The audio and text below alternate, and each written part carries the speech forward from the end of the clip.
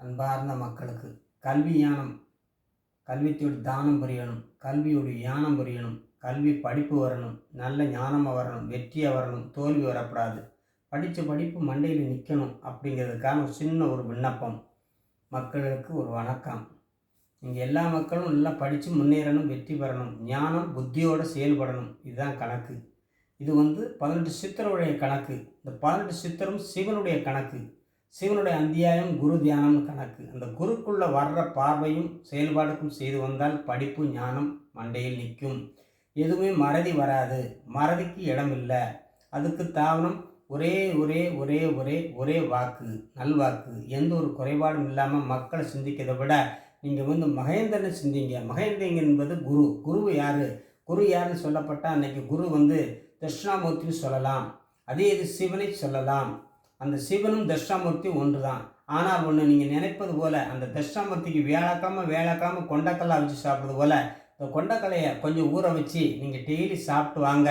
படிப்பு நிற்கும், மண்டையில் நிற்கும். எந்த ஒரு குறைவு வராது, நிறைவாக இருக்கும். எந்த ஒரு கஷ்டம் வராது, இடைஞ்சல் வராது, துன்பம் வராது.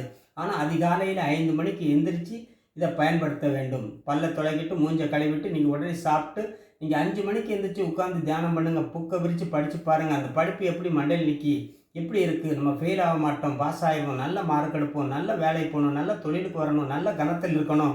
அப்பா அம்மாவுக்கு எந்த ஒரு குறைபாடும் இருக்கக்கூடாது. நம்ம வளர்ப்பார் பிள்ளைகளுக்கும் எந்த ஒரு குறைபாடும் இருக்கக்கூடாது.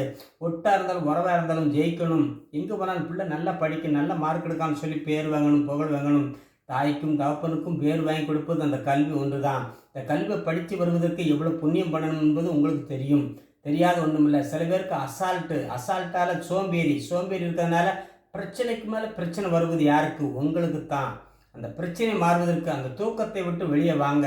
5 மணிக்கு முயற்சி பண்ணுங்க. எந்திரிச்சு 11 எந்திரிச்ச உடனே முதல்ல பல்லு தேங்கி மூஞ்ச கிழங்கு முகரை கிழங்கு கழுவிட்டு எந்திரிச்சு 11 குருநாதா அப்படின்னு சொல்லிட்டு 11 போட்டு வாங்க.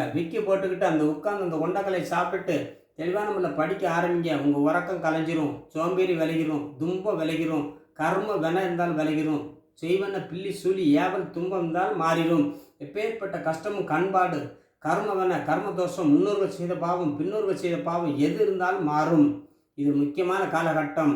அதிகாலை 5 மணிக்கு எந்திரித்து நீங்கள் படிக்க ஆரம்பித்தாலே உங்களுக்கு புத்தி மறக்காது.